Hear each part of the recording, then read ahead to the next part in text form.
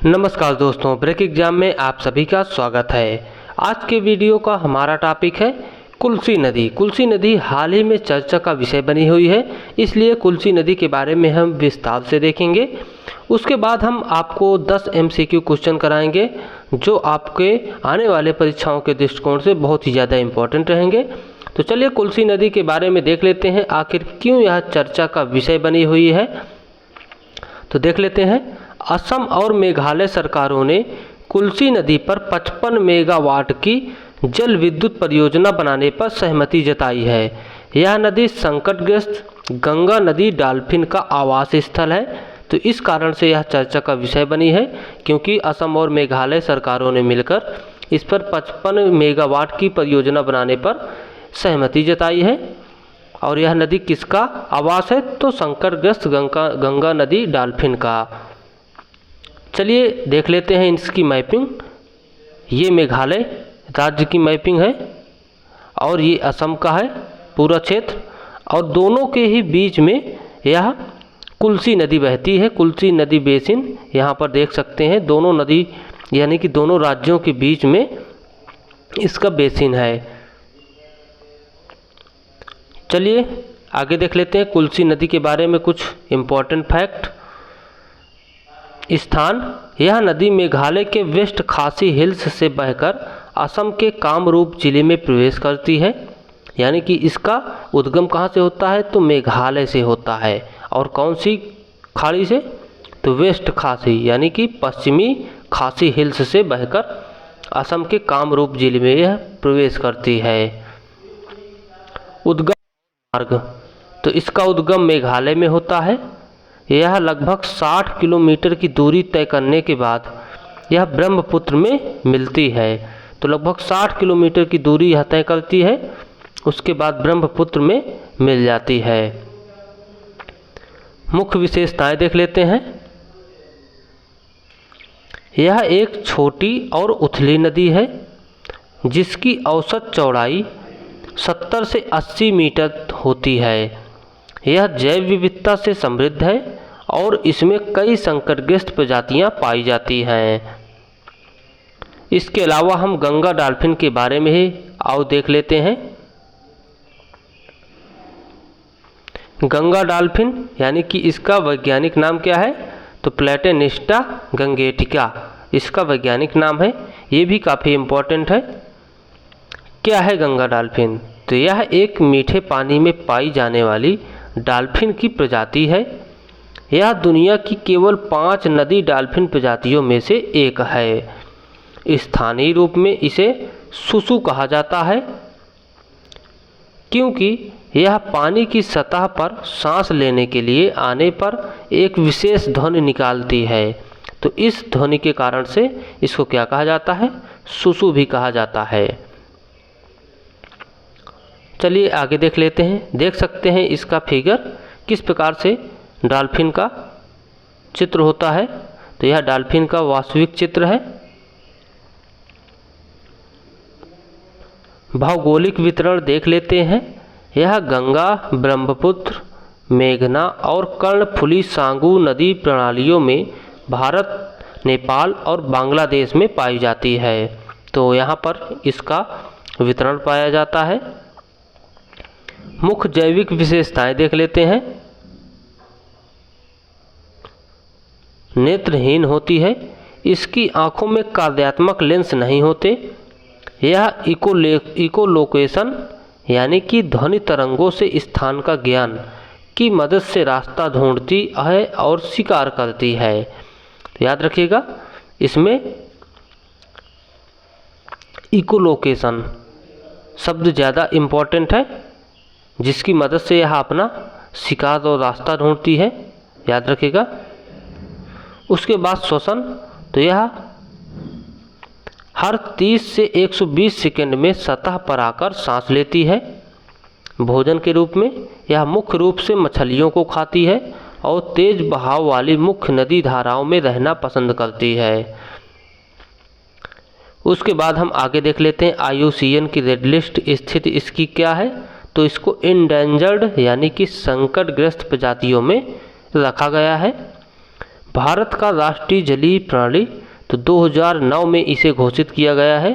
तो वर्ष 2009 में इसे भारत का राष्ट्रीय जलीय प्राणी घोषित किया गया था। यह मीठे पानी की पारिस्थितिकी तंत्र की रक्षा का प्रतीक है। आगे देख लेते हैं कुछ महत्वपूर्ण एमसीक्यू क्वेश्चन जो आपके आने वाले परीक्षाओं में पूछे जा सकते हैं। पहला प्रश्न है, कुल्सी नदी का उद्गम कहाँ होता है? तो कुल्सी नदी का उद्गम कहाँ पर होता है? अभी आपने देखा भी है। तो इसके ऑप्शन है असम, मेघालय, अरुणाचल प्रदेश, नागालैंड। तो इन चारों में इसके कौन सा सही ऑप्शन है? तो अभी हमने देखा तो मेघालय इसका बिल्कुल सही आंसर है। असम में मत लगाइएगा। असम की ब्रह्मपुत्र नदी पे यह मिल जाती है। कौन सी? ब्रह्मपुत्र।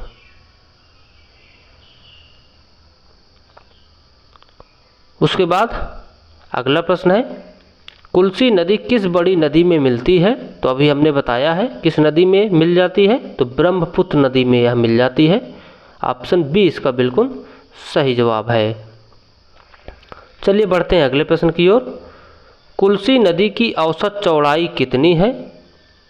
ऑप्शन ए 20 से 30 मीटर, ऑप्शन बी 50 से 60 मीटर, ऑप्शन सी 70 से 80 मीटर, ऑप्शन डी 100 से 120 मीटर।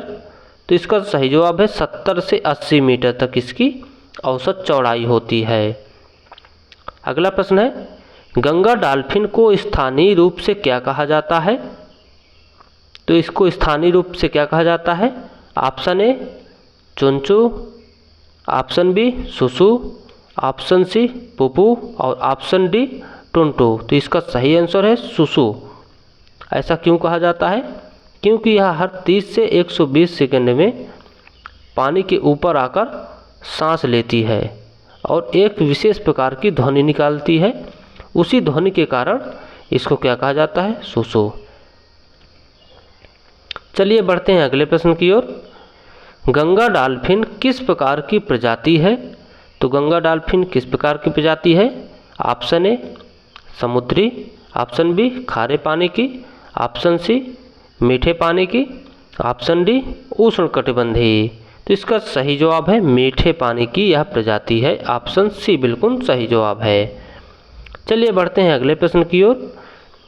गंगा डॉल्फिन किस इंद्रिय का उपयोग मार्गदर्शन व शिकार के लिए करती है? तो इसका पहला ऑप्शन है दृष्टि, ऑप्शन बी श्रवण, ऑप्शन सी स्पर्श और ऑप्शन डी इकोलोकेशन। तो इसका सही जवाब है इकोलोकेशन, यानी कि ध्वनि तरंगों को पहचान कर यह अपना रास्ता और शिकार ढूंढती है। चलिए बढ़ते हैं अगले प्रश्न की ओर। गंगा डॉल्फिन को भारत का राष्ट्रीय जलीय प्राणी कब घोषित किया गया था? इसके ऑप्शन है option A 2005, option B 2009, option C 2012, option D 2015। तो इसका सही जवाब है ऑप्शन बी 2009 में इसको राष्ट्रीय जलीय प्राणी घोषित किया गया था। चलिए बढ़ते हैं अगले प्रश्न की ओर। गंगा डॉल्फिन की IUCN रेड लिस्ट स्थिति क्या है? तो ऑप्शन ए विलुप्त, ऑप्शन बी संकटग्रस्त, ऑप्शन सी अत्यधिक संकटग्रस्त और ऑप्शन डी सामान्य। तो इसका सही जवाब क्या है? संकटग्रस्त। याद रखिएगा इंडेंजर्ड स्थिति में है। ऑप्शन बी इसका बिल्कुल सही जवाब है। चलिए आगे बढ़ते हैं अगले प्रश्न की ओर। गंगा डॉल्फिन को सांस लेने के लिए कितने समय में सतह पर आना होता है? तो ऑप्शन ए हर 5 सेकंड में, ऑप्शन बी हर 30 से 120 सेकंड में, ऑप्शन सी हर 10 मिनट में, ऑप्शन डी हर 15 मिनट में। तो इसका सही जवाब क्या है? हर 30 से 120 सेकंड में इसे सतह पर सांस लेने के लिए आना पड़ता है। चलिए बढ़ते हैं अगले प्रश्न की ओर। गंगा डॉल्फिन मुख्य रूप से किस चीज़ का सेवन करती है? यह प्रश्न आपके लिए रहेगा। आप इसको कमेंट में ज़रूर बताइएगा कि किस चीज़ का मुख्य रूप से सेवन करती है। ऑप्शन ए है इसका घोंघे, ऑप्शन बी है केकड़े, ऑप्शन सी है मछलियाँ और ऑप्शन डी है काई। तो तो इनमें से कौन सा इसका सही आंसर होगा, आप कमेंट में ज़रूर बताइएगा। हम आपके कमेंट का जवाब ज़रूर देंगे। चलिए दोस्तों, मिलते हैं फिर से नए वीडियो में। तब तक के लिए थैंक यू, बाय।